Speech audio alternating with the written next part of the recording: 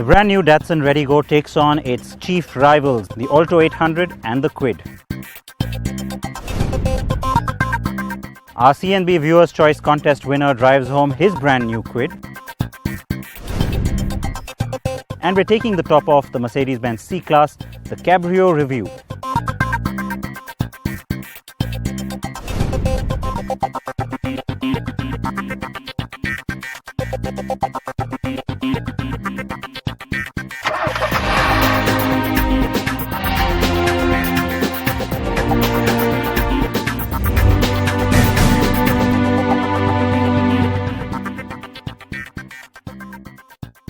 So it's a fair amount that's packed into a brand new episode of CNB. Thanks for joining us. I know a lot of you have been saying that, well, the show's duration is getting smaller and smaller. I assure you that it's not like that. Our commercial time remains the same. It's just the format and the duration of the segments that's undergone a change, not the actual length of the show. So bear with us as we get used to our new formats here.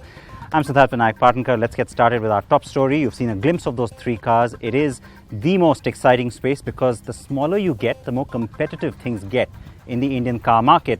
So with the new Datsun Redi-Go having driven in, how does it fare with its rivals? Let's take a look and find out.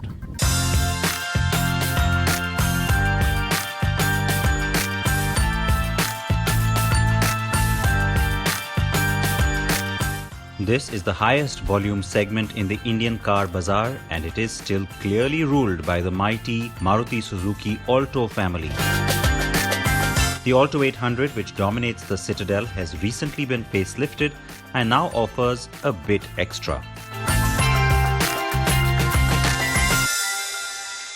Now, the Maruti Suzuki Alto remains the country's top-selling model by a mile. So you might think that Maruti wasn't really worried about this huge, massive assault that was launched by Renault and the success that the Kwid has had.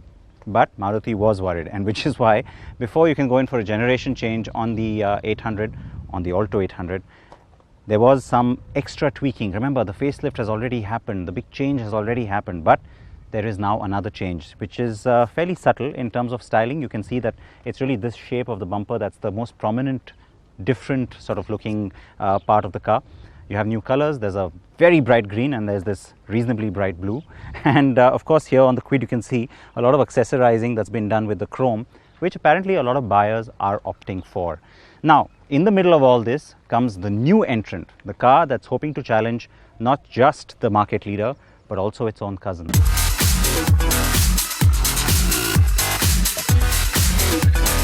And that car is the all-new Datsun Redi-Go that shares its architecture with the Kwid. But this is no cross-badged product, as the common platform doesn't really show up at all in most of what you see and touch. Some bits and switches inside are common though. The Redi-Go is quite a good-looking car. A bold face, large and well-sculpted headlamps, even LED daytime running lights in the bumper. Now, looks are always going to be subjective, but there is no doubt that this car, the Redi-Go, looks the most modern and the most contemporary and the most stylish. But there is something to be said about the nice wide, almost SUV-like stance and proportions that the Kwid has definitely got a lot of attention for, and one of the reasons why it's so popular.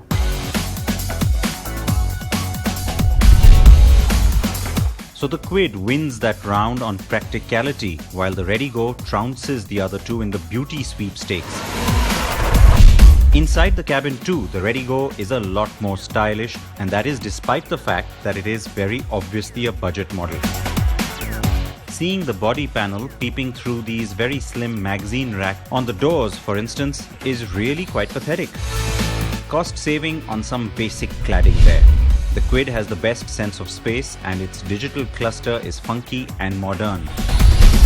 The Alto has most of what the other two do, yet comes across as the most basic and dated. The Kwid also has the largest boot amongst the three cars. Under the hood, the Kwid and the Redi-Go are identical. Both use the same 799cc 3-pot that makes 53 bhp, and it offers segment best mileage of 25.17 kilometers per litre. Now, it's the same engine as the Kwid, but for some reason it doesn't sound so good in this car, and overall the NVH levels on the Redi-Go are pretty subpar. So the whole experience of driving this car is just kind of noisy, and the AC fan just makes it worse, because even on the first position, it's got this little hiss to it which is disturbing and just not okay.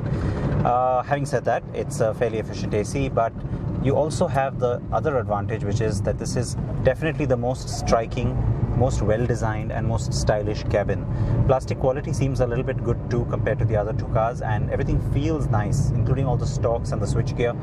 The other good thing about the Redi-Go's cabin is that because of the extra height of the roof, which is kind of exaggerated in the design on the outside, you get a good sense of space on the inside too. So the cabin feels a little roomier and airier as well, which obviously in this segment is a huge positive.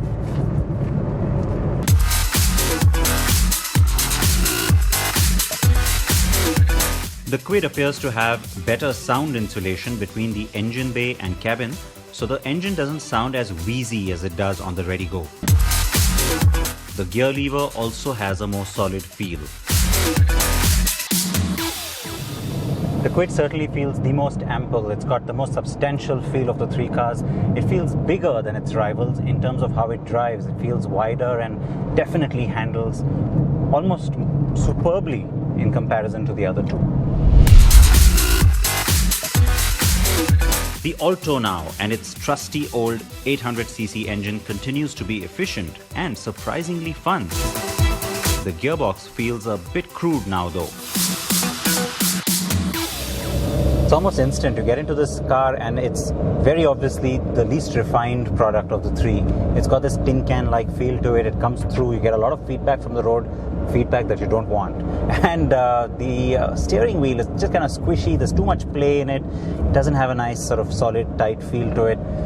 Those are the really bad bits. But there are two very strong redeeming factors for the Alto 800. The first is that it's the zippiest of the three. It certainly is, and maybe you can just put that down to the fact that Suzuki knows what it's doing when it comes to petrol engines. And the second thing which stands out instantly in this horrendously hot summer that we are facing this year, it seems to have the most powerful air conditioning. It cools the car pretty quickly, and it's also not noisy. You don't need to have it on, like its fourth position to get the car cooler. It seems to do a little bit more of an efficient job on cooling.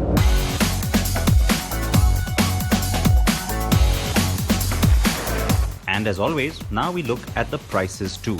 The Kwid is the slightly bigger car, and so it seems to command a slight premium too. Variant for variant, it's higher priced. But its space, handling and customization options mean that buyers don't seem to mind too much. The Redi-Go though is the opposite end of the spectrum. Datsun is aiming to offer a more contemporary package than the Alto, like the Hyundai Eon had when it first came to the party. But unlike the Eon, the Redi-Go undercuts the Alto on price. So the choice becomes quite easy for me. This is the most compelling the Alto 800 has ever been. But it still takes the bronze medal here. The Redi-Go almost does enough, but falls short on sheer drivability, and so it must settle for silver.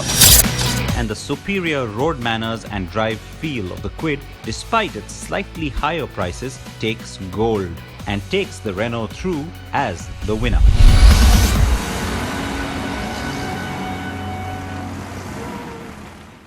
Your thoughts on that three-car shootout?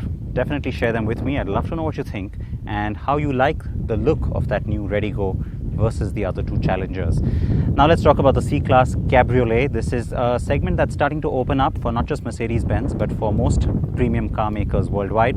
In India, cabriolets or convertibles, maybe they don't make too much sense, but you know what, that car is going to come here, and so which is why we of course have to review it for you.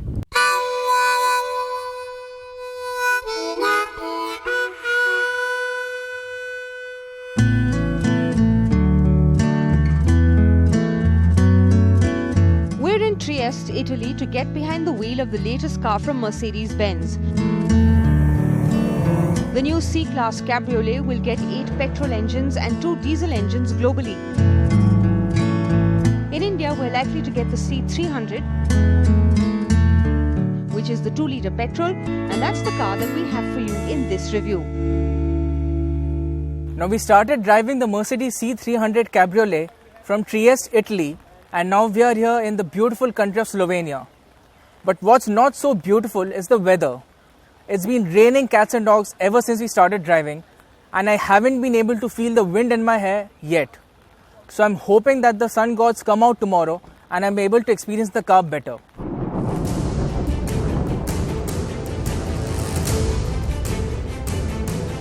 So the weather on our drive route was far from ideal.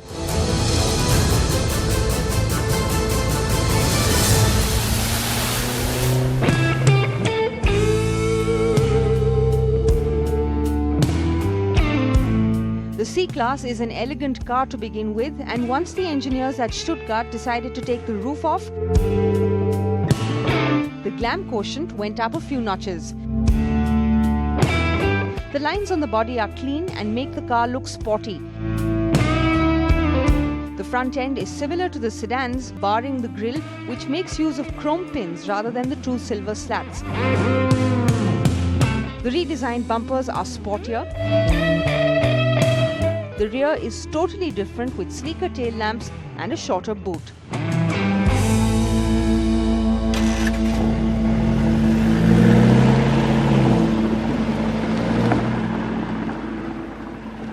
The interiors are very luxuriously appointed.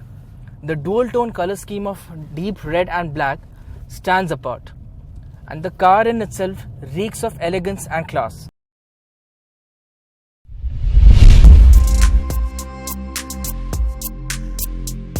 The C Cabriolet is a 2+2, which means that it does have seats at the rear, but only kids and slim adults will find it comfortable. Driver assistance systems, a Burmester audio system, command infotainment control with a touchpad, and much more.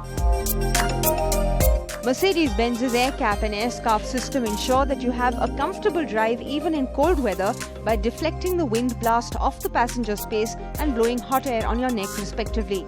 That means the top can stay down even when it's chilly. The roof folds down in 20 seconds and can be operated at speeds of up to 50 km per hour.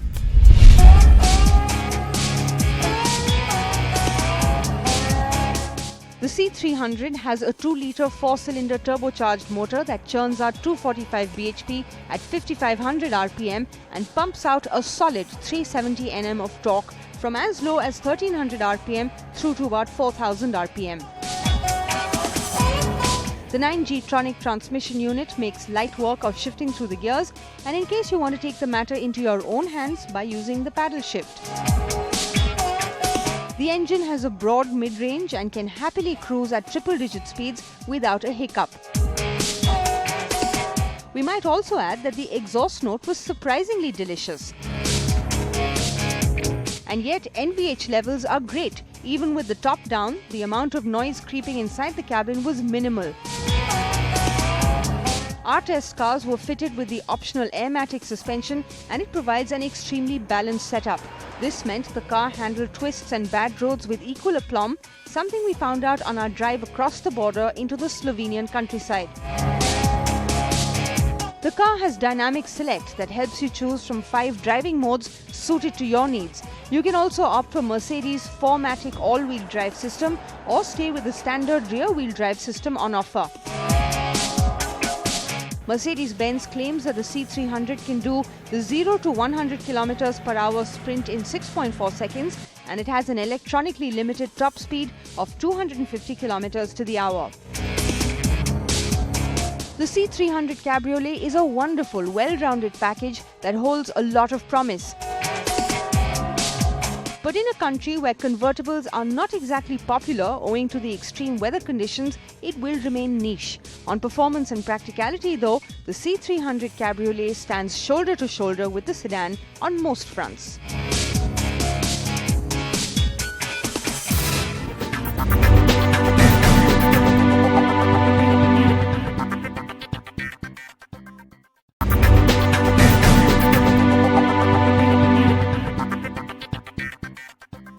Now on to our CNB Viewers Choice Car of the Year contest winner. We've already showed you a lucky winner who rode away with that brand new bike. That was of course a few days ago. Now it's our turn to make somebody really happy with a brand new car. The Renault Kwid was of course the CNB Viewers Choice Car of the Year, and a lucky gentleman in Bhuj in Gujarat is the winner. And the winner, Renault Kwid. The Kwid is the CNB Viewer's Choice Car of the Year.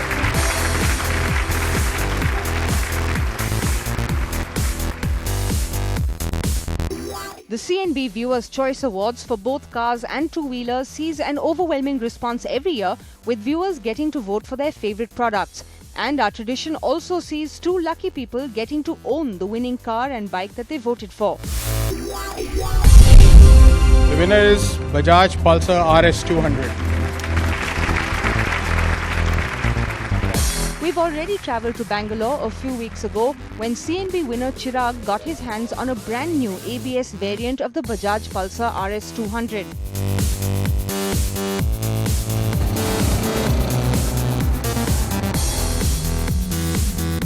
Now let's get the viewer's choice car of the year to its lucky owner.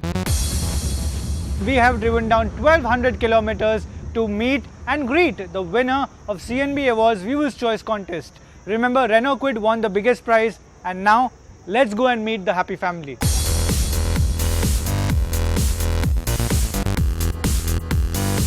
The very lucky CNB viewer who won the Viewer's Choice Car Contest is a young family man from Bhuj in Gujarat, and he really has his wife, an avid CNB viewer, to thank for winning the Kwid. 36-year-old Jatin owns a retail textile firm in Bhuj and commutes very often to nearby districts in Gujarat. From his daily commute to some weekend family trips, Jatin plans to drive his new car pretty much every day. Ladies लोग जो mobile लेके बैठते हैं वो उन लोगों ने message किया रहेगा. उन्होंने मुझे मना कहा, लेकिन फिर भी I was trying my luck and I just, वो जब नहीं थे घर पे तो मैंने मोबाइल उठा के आई वाज रेगुलरली मैं ये वॉच करती हूँ कार एंड बाइक शो, तो मैंने ऐसे ही क्लिक किया और मेरे को बहुत सारी मतलब उसमें गाड़ियों की चॉइसेस आई थी. I like Kwid, so I voted for that. Thanks NDTV and thanks Renault. Meanwhile, the staff at Renault Gandhidham had got the spanking new Kwid ready to go. The RXT variant in Moonlight Silver was waiting for Jatin and his family. He has upgraded to the top-end variant and has also decided to pay extra for the optional driver's side airbag and some extra chrome customization. After the initial paperwork, Jatin and his family were walked through their new car in great detail and then followed it up with a few rituals. And finally, Jatin and his family were all set to take their new family member home with them. We wish Jatin and his family a safe and happy time with their new Kwid. Many congratulations from all of us at CNB.